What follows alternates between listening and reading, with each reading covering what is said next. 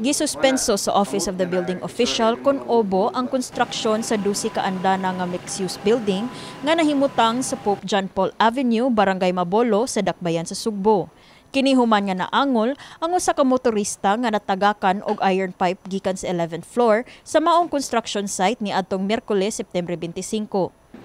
Nagkanayon si Cebu City Building Official Architect Florante Catalan nga napadangat na nila ang suspension order kagahapon September 26 human sa paghukom sa mga building inspector nga adunay kakuwang sa mga safety measures sa area. So while on the site, we asked for them kung what happened, no? So according to them, bago lang nila natangtang ang mga safety measures or catchers because nasa sila yung mga ipangsakaw ang mga materialis. So dito manggod nga area mo agi ang mga materialis. So now, amo silang gi-advise to put it back and then to have it safe na. So on that day mismo kahapon, issue ta og suspension order. Mato ni Catalan nga gawa sa 10,000 nga violation fee nga bayran sa establishmento, muduso pasab og dugang nga mga reports ang kompanya sama sa incident og mitigation measures ug sa pagtabang sa biktima aron malibkas ang suspension order. Karon totally no work sa karon gi-suspend sa nato tanan.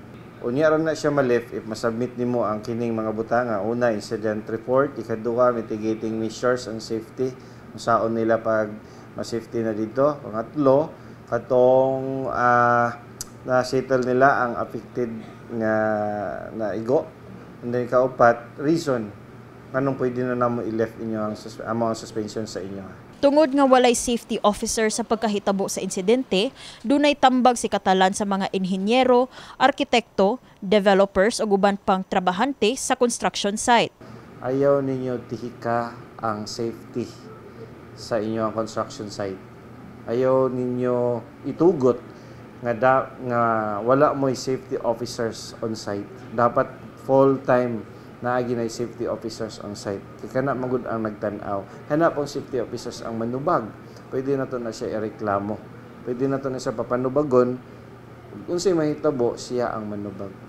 Kini si Eliza May Piñaranda, alang sa My TV, Cebu.